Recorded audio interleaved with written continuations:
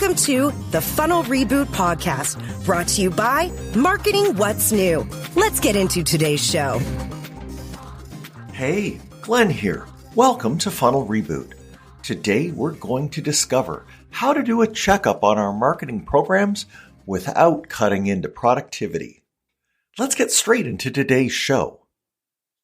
When marketers from different companies get together and talk shop, it quickly becomes noticeable that each tackles their marketing problems differently. One by one, they throw into the conversation their own homebrew of channels, output tracking, and the distinct expectations that their own stakeholders place on them. The more this study and contrast goes on, the more you might hear them ask each other, well, why do you do it that way? The responses to this question all fall under an unsatisfactory theme. And it's like Fiddler on the Roof, the Broadway musical and movie that's set a century ago in part of the Soviet Union. There, a community of displaced Jews move into the Slavic town of Anatevka. When the townspeople ask them about their quirky customs, they give their famous one-word answer: tradition. The main character defends his ancestors for starting the traditions, even if no one can remember why they made them in the first place. Some of the marketing tasks we do are grounded in logic, which can be found by probing our institutional memory banks. But most of the time we don't probe, and instead we rely on circular reasoning about the fact that we have them as justification for why we have them. Tradition.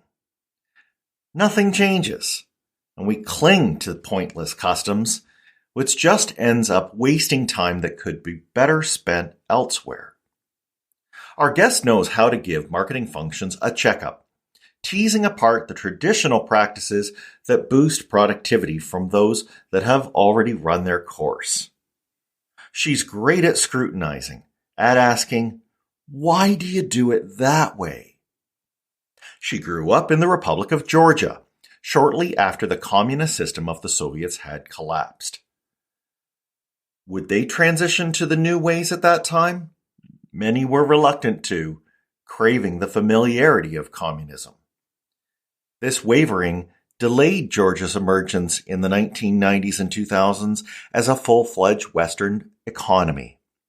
Perhaps she came by her bold way of questioning things from seeing the damage that's caused by clinging to the past. She is the founder of a company called, not surprisingly, Bold Move Marketing.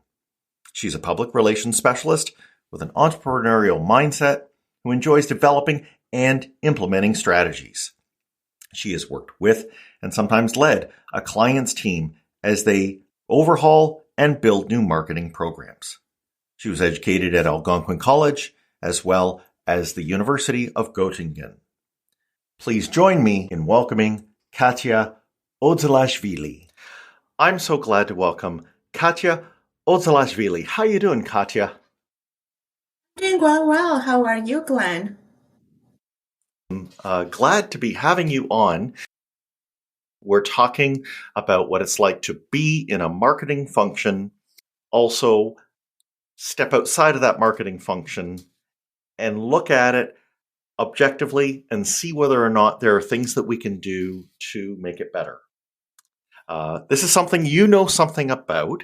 You have had the chance to work with many in-house teams on sizing up what they have from a marketing function and then helping them fix the things that they're missing. Maybe after you've seen many of those, you can point out some of the patterns. Can you maybe tell us what those might be? First thing I want to mention that this is a great time to work in marketing. Marketing is not only about communication and words. It's also about logic, mathematics, analytics. So there are multiple things. And we also have artificial intelligence. So a lot of innovation is happening right now. And we're in the middle of that. Yes, and if we haven't done anything to our marketing function in 2 or 3 or 4 years, then we definitely are behind. Absolutely, I agree with that. And there are a lot of, there is need to refresh how we do marketing, especially digital marketing. And I see that sometimes companies struggle. So first issue that I'm facing is decisiveness, Yep. like to make a decision about it. One question you need to ask, sometimes companies struggle because it involves a lot of resources. You need financial resources, human resources, you need time as well. And they struggle making a decision, but you need to be future oriented. Look in the future. If everything goes down and world is going down, nothing will matter, of course. But if world is moving forward, anything you do today will affect your tomorrow. So making a decision now and focusing on prosperity and future will make a big difference. Because what we know from when we look at successful people, really, it's about showing up. Everyone fails. Everyone makes mistakes. No one is perfect. Then we hear about this one thing that they did correctly and it worked, right? And then we all think that, oh, it must have been like some kind of magic. No, it's about showing up, doing your work, trying things out. When things doesn't work, finding solutions, and you are already ahead just by showing up and doing what you need to do. So I would say to these leaders of any company, really, organization, companies, leadership team, I would say that make a decision, focus on future, and invest in your company's future today. Yeah, well said. So if they're trying to make a decision over what can be improved in their marketing function, what are the most common things that you like to ask or look for? A first question I always ask is, what is the greatest thing your company or you could accomplish? Really daydreaming, right. Daydreaming about big picture. And this is just one question. And what this question does is it eliminates all the other unimportant things, daily struggles, keeping us busy with things.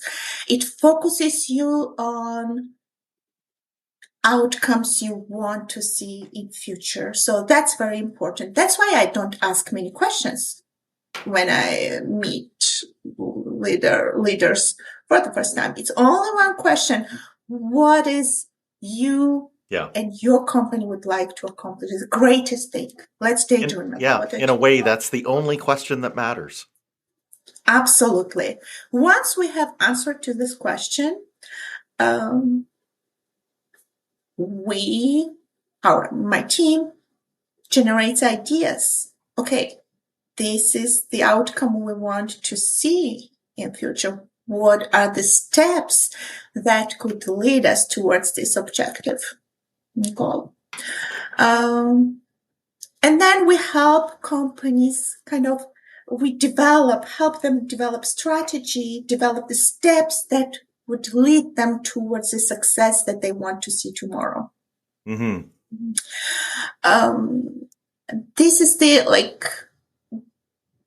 the most important part, I would say. After that, then it's really fun part begins for us because, as I mentioned, in marketing nowadays, we not only use one ways of doing things, but there are a lot of tools that we have nowadays. We can be innovative. We can involve AI. We can involve marketing automation. Next question would be probably about KPIs, keeping things keeping us focused on numbers, on outcomes, making sure we know what we want to track throughout the process, and creating a list of KPIs would be very helpful for that.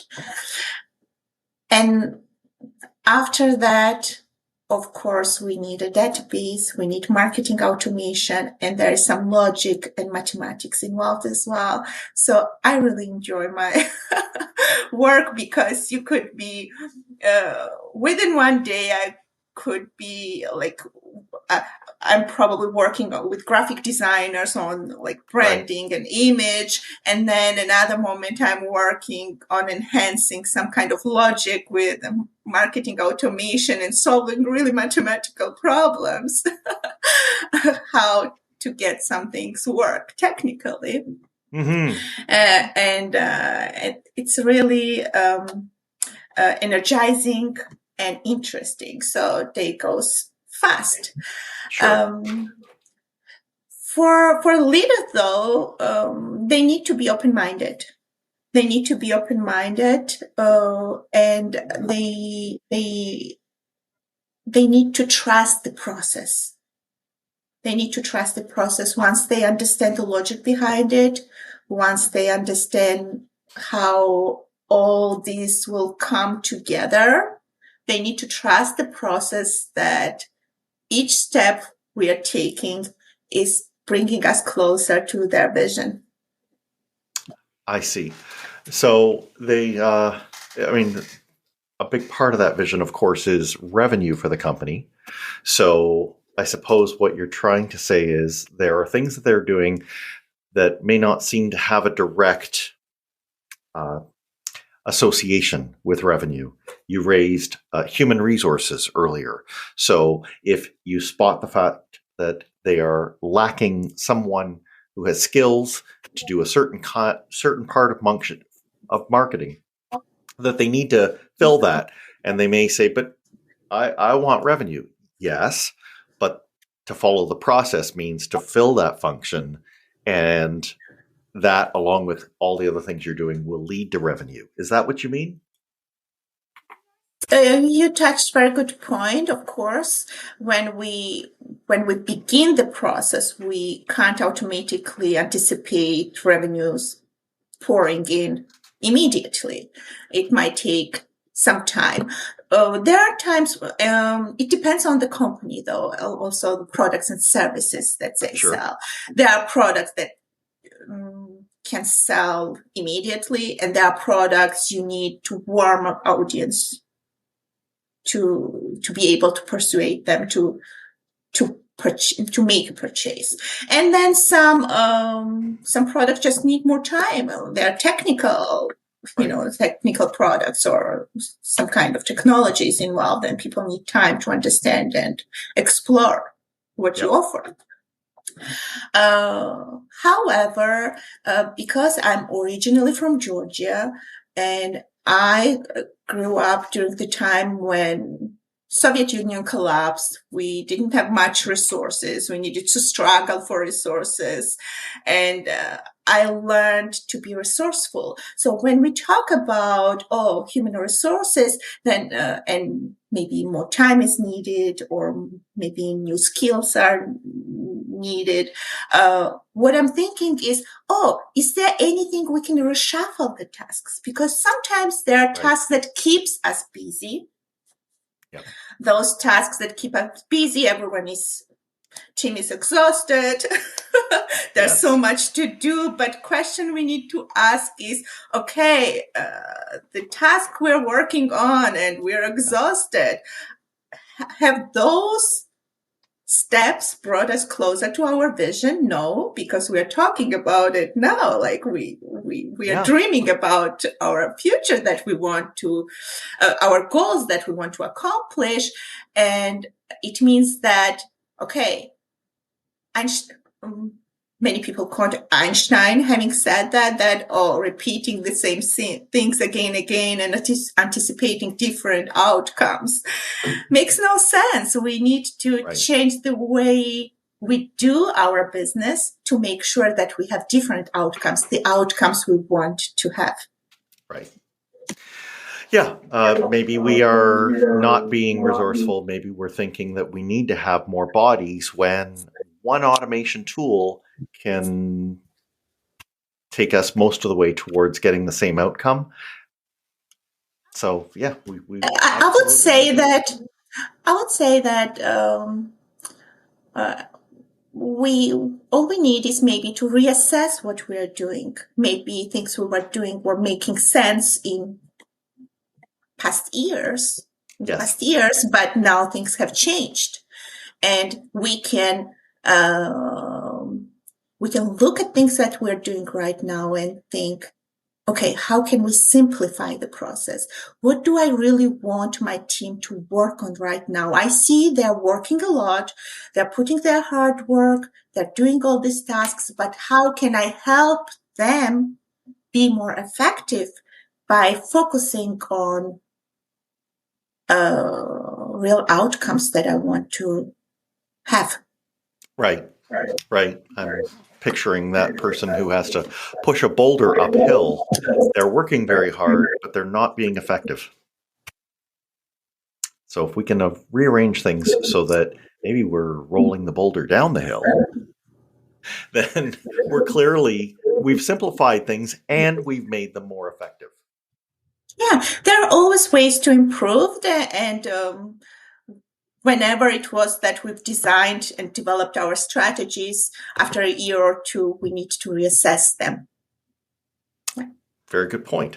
I suppose that underlines the need to have our tracking in place so that a year from now we have numbers to look back on to do that evaluation. Absolutely. Right. Let's switch over to content. If we were to do a checkup on a company's marketing content, that can be a very large job. We've got the website. We've got perhaps there's collaterals and communications that have been enabled through sales. There could also be things on social, right? Our social channels. How do you go about checking up the content that a company has and suggesting ways to rationalize, simplify, optimize how content's used? I see it on a daily basis, how much business is generated through just content creation. Because Google is here, big help. Right. Through organic search, people are able then to find your business, and it's a really good investment.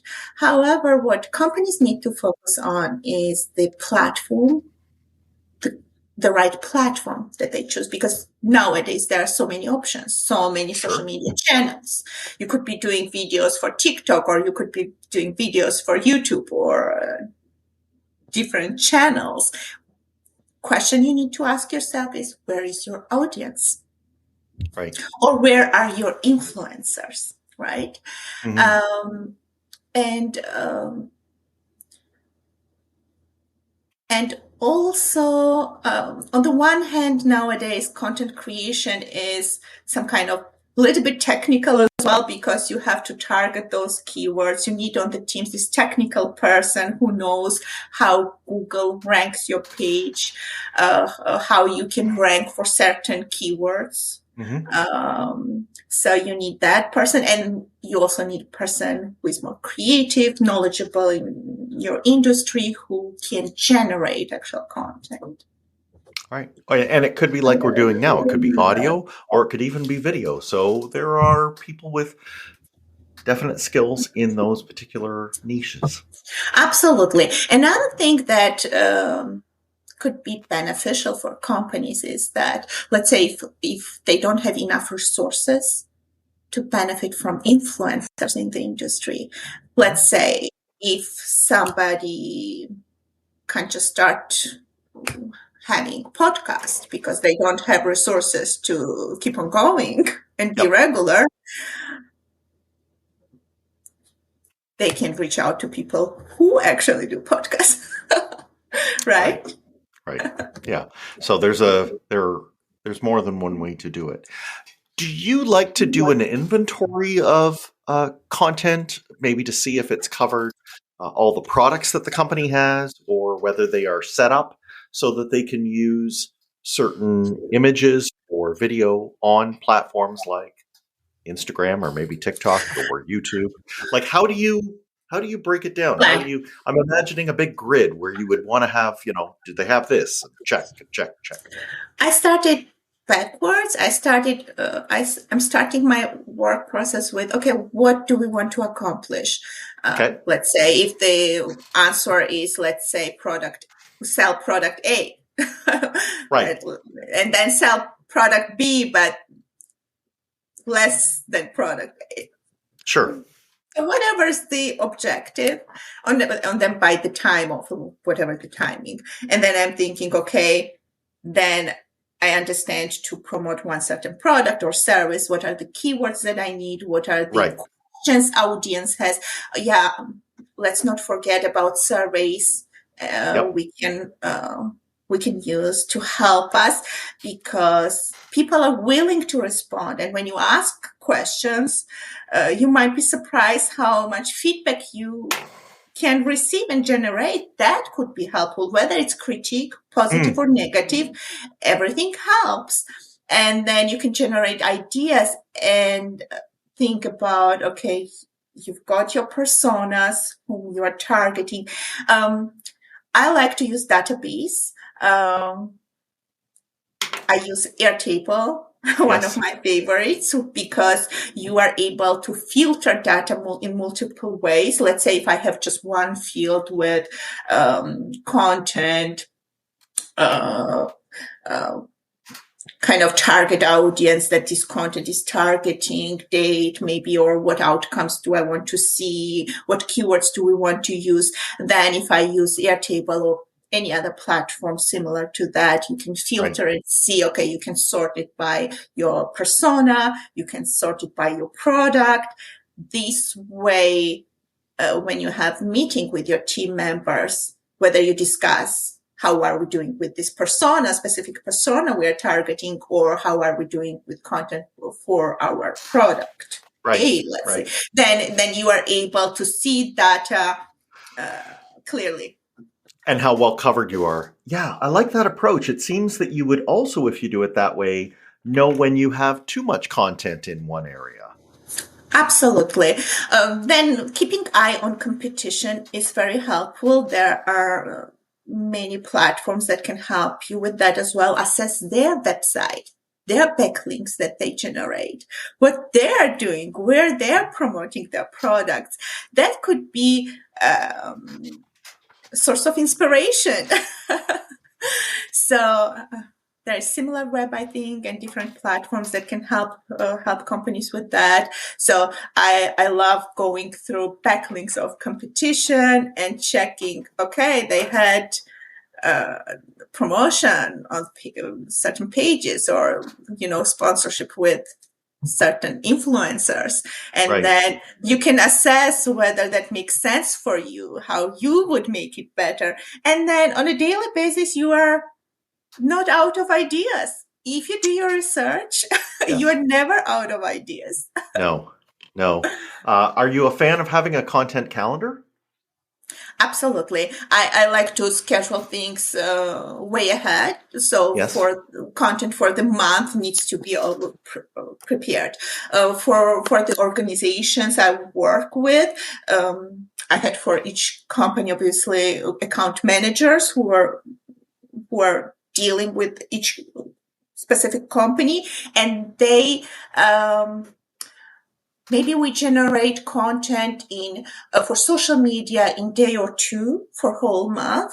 And then for blog posts, it might take a little bit time, because sometimes collaboration is needed. Let's say we were working with a clinic. We had to collaborate with doctors, making sure that terminology was correct.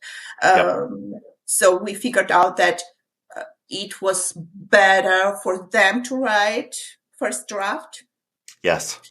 And then we were able to tailor that content towards the general demographic, non-doctors, to make it understandable for people who are not medical person, maybe just mom Googling some kind of, issue. And then, One thing that I can't help but notice in what you've been saying, you've been involving stakeholders. You've got subject matter experts like the doctors. You've even mentioned polling users and maybe getting user-generated content. Is there anything else we should know about when we're trying to evaluate our content or produce new content? Any other stakeholders that we should be talking to? If they have a sales function, do we need to speak with those people? What else can you tell us about who we have to talk to? I like to talk with people on front lines, salespeople. Okay. Yep. On front lines of selling the product and services. Exactly. So I want to hear from you. What are their challenges? Because why we marketing exists is to help them generate revenue, right? And if we don't speak, we don't know what issues they have, and we solve some imaginary issues that we think we have, right? It's not going to work. But I think it's no news for any organization that they kind of need to bring sales and marketing together, align, and we both need to work together. But that's why I like to talk with salespeople, and I also like to talk with actual users, customers, clients, and surveying them. It's the best way to learn what are the issues we're facing, and most of the issues are solvable. Yeah. But I would think even as you're doing that, you might be documenting some findings. And if you're speaking with the owner or leadership of the company and they're saying, well, why do we need to have this next marketing initiative? You just show them, you say, well, don't take it from me. These people said so. Absolutely. But once I launched my own company and learned what being a business owner means, because we need to generate revenue, right? We need to generate income. I understood leaders better and I know how to talk with them. So now if I want to persuade them, not only I do research their team members and customers, but I also check how much they're losing by not doing the things they, because you can check not only how much they're making, but you can also check how much they're not making by not implementing something. Yes. As an outside provider, you can point out to them, I'm a decision maker too. And I understand when sometimes I'm paralyzed and I'm not making a decision I really have to make. Yeah. And then you can point out that, okay, maybe, I don't know, are we talking about new tool or new, like whatever it is, campaign, some kind of investment from their side. We can show them, okay, this might seem now that you are investing, you're spending, but think about, okay, here is that how much you can, not you only you can earn, but you are going to earn because of this investment you are making, right? Because there are certain information you can calculate and guess minimum and max, and you can say, okay, that's your investment, and if things go bad, this is the minimum, like that, the outcome that you will have, and if everything goes perfectly well, this is max, and then they can evaluate how much they're losing by not implementing those changes.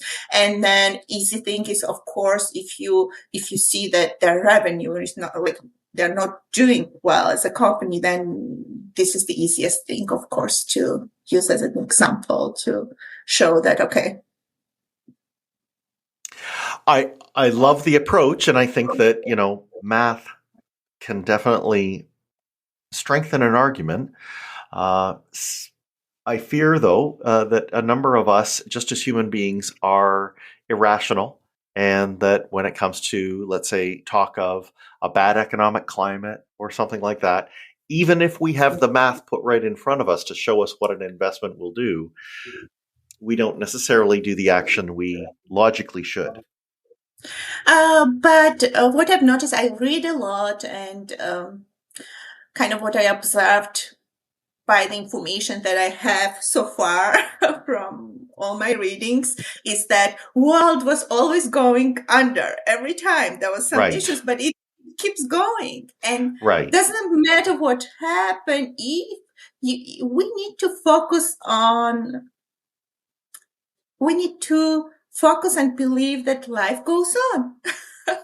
I think we, short term versus long term, right? Absolutely. You can look at many sets of statistics that show that here in the 21st century, compared to a millennia ago, there's no comparison with, what we have today and how much better off we are than previous times. The problem is that most of us are only looking ahead until lunchtime.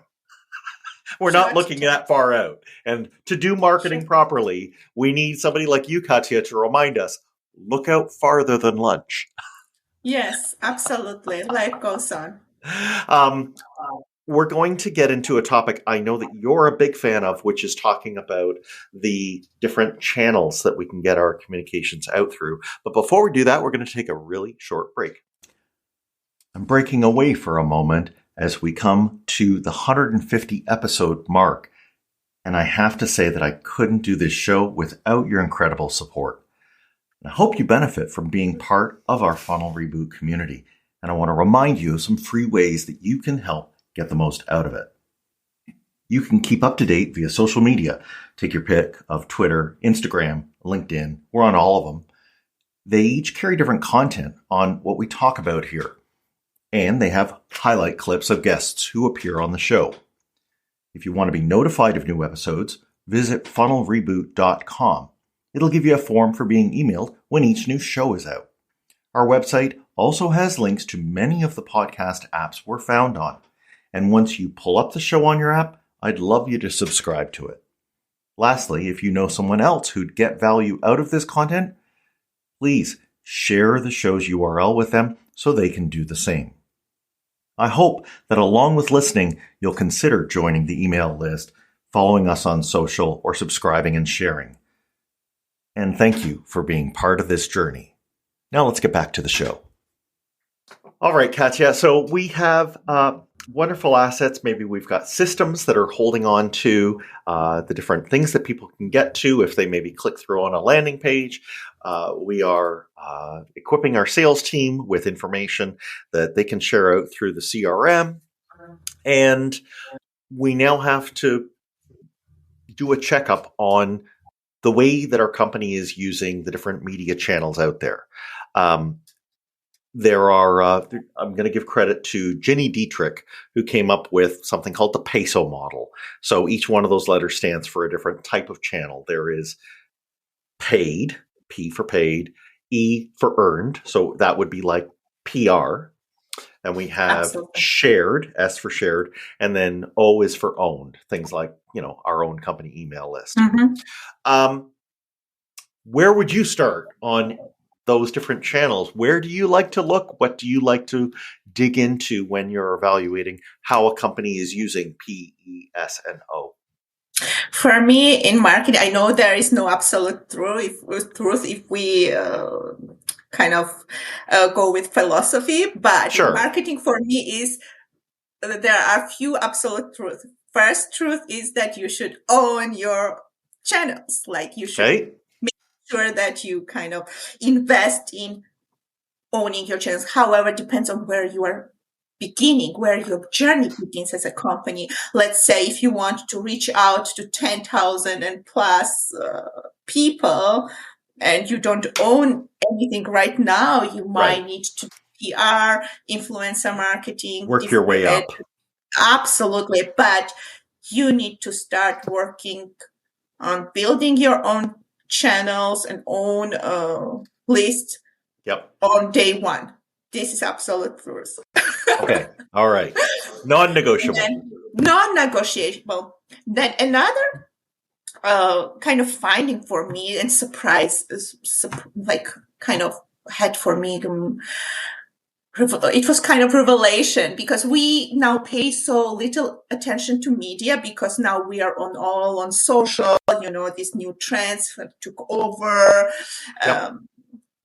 But give it a second chance. Think about it. If you You already mean, do you create mean content, traditional media? Like you mean, absolutely, okay, so this would absolutely, be media, absolutely. journals, newspapers, periodicals. Absolutely. And why I will explain why. Because you are Okay. already generating content, probably for your blog, for your website, for, Yep. influencers. You already can tweak things just to provide journalists as well with material they need. And think about it, they are looking for story ideas. And you can just feed in the Right. content you already have. Right. Just don't abandon media. Yeah, don't cross it from your list because it's an additional source for you that will Sure. generate exposure. And another thing is that you don't need to invest any additional resources into it. You already have the content and material. So are we supposed to go to those journalists and publishers and suggest some of our, well-received So, content? How would we absolutely. go about that? So absolutely build relations.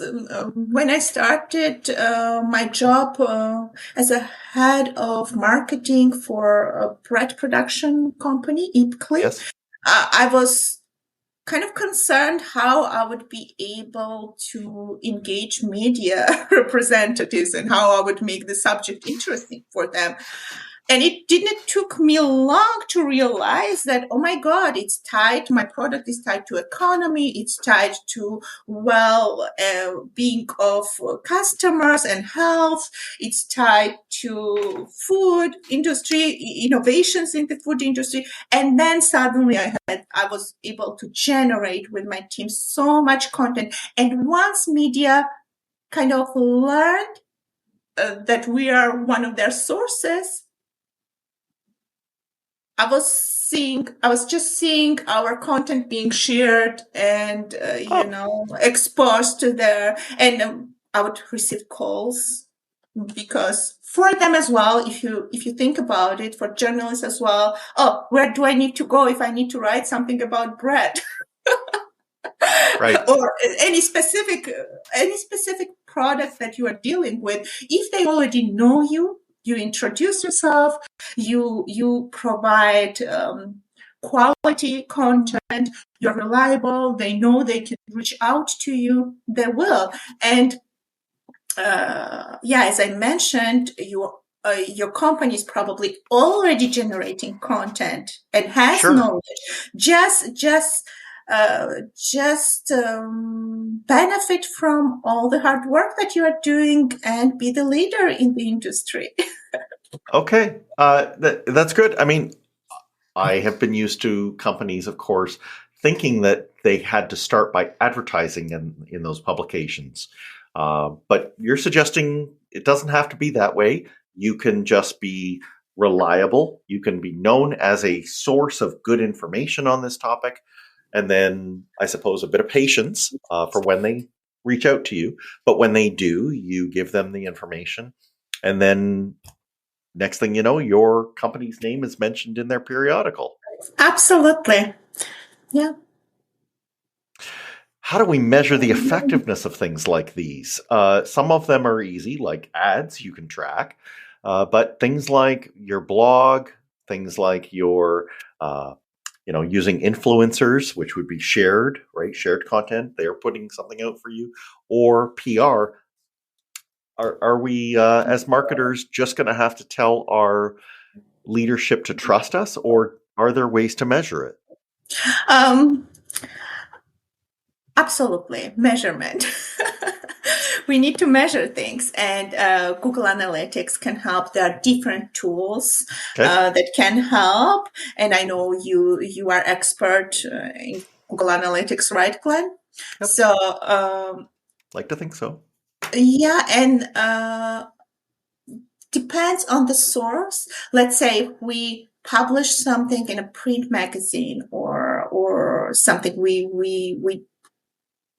we are not sure how to measure. We can have different kind of workarounds, how we can do that. But main measurement happens on your website and through Google Analytics or tools similar to Google Analytics. And lots of changes are happening there right now as well. Google Analytics switched to Google Analytics 4. Companies need to make sure that their systems are up to date, that it's tracking data, and by the default it can already generate some statistics, but someone needs to go there, set things up, reports, make sure that also enable some of the tracking that system has ability of doing. But if no one goes there and no one set it up properly, it's not going to do things on its own. That's why important that you have the right either contractors or team members who will help with that and will provide you the data your marketers later on need to make better decisions about their, where they need to invest. Okay, if most revenue is generated by, let's say, Google search engine optimization, do we want to invest more into it, or do we want to kind of create new sources for revenue and work on, let's say, different channels? So it will all depend on the company, where they are at, what type of product they have, and so many considerations. There are so many parts to making it all work. One of the things I'm curious about, Khatia, is to do this well, it takes someone who knows how to project manage. You seem to be particularly good at it. What are some things that you can say either about your own background that makes you good at managing a project, or what are the things that a marketer who wants to be doing it the way that you're doing it, what suggestions do you have on how they can find the skills or the tools that help them stay on top of everything with managing marketing's various projects? Absolutely. You need on your team good project manager who knows who knows new technology abilities that they offer. And your company should be not only focused on automating processes for your potential customers or, clients, but also internally processes can be automated. But these to happen in a simple way. To have a simple system that works well, you need someone logical who knows the system, who can build logical systems without complications and huge bureaucracy. So considerations are time, how many people we want to involve. So this person needs to have all the skills to see how things are done currently, processes, and then think the way how to cut down on those processes, how to make sure they are simple, faster and better. I like to use Asana as project management tool because it keeps all the history of who did what. Let's say if my team works on branding and we have all this history in one place, we can kind of follow all the files, everything is there. I can always go back and see who did what changes happened, when was things done. I never lose files. Right. Well, and there are things in marketing, especially when you automate, where you'll go for months without touching it, but then you do need to change it, and automatically you ask, where's the institutional memory for how we do that? Yes. Or with team. So nowadays people sometimes are worrying, oh my God, am I going to lose my job? So many things are automated. No, don't even worry about that. Adopt and embrace new technology and think about how you can use your abilities, how we can use our brain and creativity to work with, because if we eliminate time that we're wasting on typical tasks, uploading files somewhere, some technical things or daily routine, posting this there, informing this person about that. Like, if we eliminate all this time, how much creativity will be there? Because, what I want also company leaders to understand is that marketing jobs are not typical jobs. I could be coming up with ideas in a shower. Right. It's not, my productivity can't be measured by me being glued to the screen. Now technology can take over and do all the things that needs to be done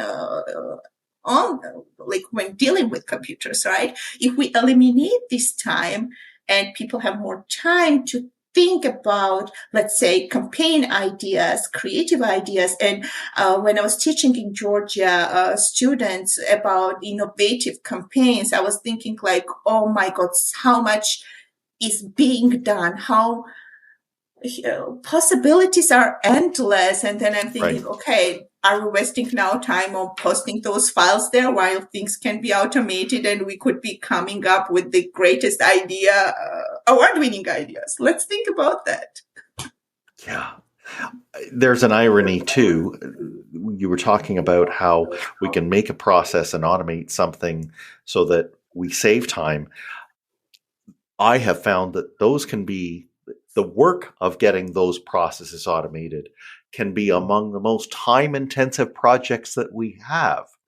So, again, to the leadership, the message is if you walk by your marketing team and you see them busy working on a big project to automate something, and it seems like they're spending a lot of human time to do it, don't judge it by that.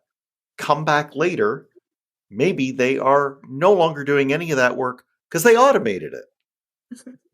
Yeah, so obviously you need someone who knows the technology well, can logically plan simple processes that will be beneficial down the road and that will simplify the processes. Of course, just tool is not going to resolve everything. No, we have to do it, but we also have to manage up. We have to make leadership aware that we are choosing to do projects that may have a payoff for us. Not all of those projects will work. We may find that it's not saving us time, at which point we rip it up and go back to the way we did it before. But we do these things. We're always reinventing our jobs. This is one of those fields that, as you say, it's not a measuring by human keystrokes or time in front of a screen. The way that it should be measured are on higher, more strategic things like revenue. But you have to trust that the link is there between their action and the outcome, even though you may not be able to see it directly. You probably won't be able to see it immediately, like within a month or so, but then you should be already able to. If something works and is well thought and strategy is good, then after some time you are going to see the results. And if you are not seeing the results and time passed by, maybe it's time to rethink the strategy because it seems like something is not working. Yeah. And if you're dealing with somebody who's outsourced like you, that they also are going to be, if they're worth their salt, they're going to be willing to stick around with you and be there for when it's now time to expect that payoff with the investment. And they should be willing to work with you to make sure that you actually achieve that better outcome. Khatia, when people are kind of looking to have those conversations and they want to talk to people like you, in your case, where would you send them? Boldmove.ca. Boldmove.ca. They can book a meeting or learn more about us on our website, and we are on social media channels as well. So And is it fair to say they can ask about just about any question that they have, that you will be able to handle their questions just like you've handled mine? Absolutely. I'll try my best. Well, thank you. You do seem to be able to think on your feet and have the long-term objective of a client in mind, no matter how short-term the individual tactic or initial problem is. And I think that that's something all marketers need to have. So thank you so much for showing us how that works. Thank you so much, Glenn, for the opportunity and for your time. Wonderful questions. It was so interesting to just hear your questions, hear my responses. So I hope there were a few takeaways for our listeners. I'm sure we've left them with some things that help them make their funnel even better. Wonderful. Thanks for listening. Follow the show on Twitter @Funnel Reboot. If you like what you have heard today, please consider leaving a review wherever you get your podcasts.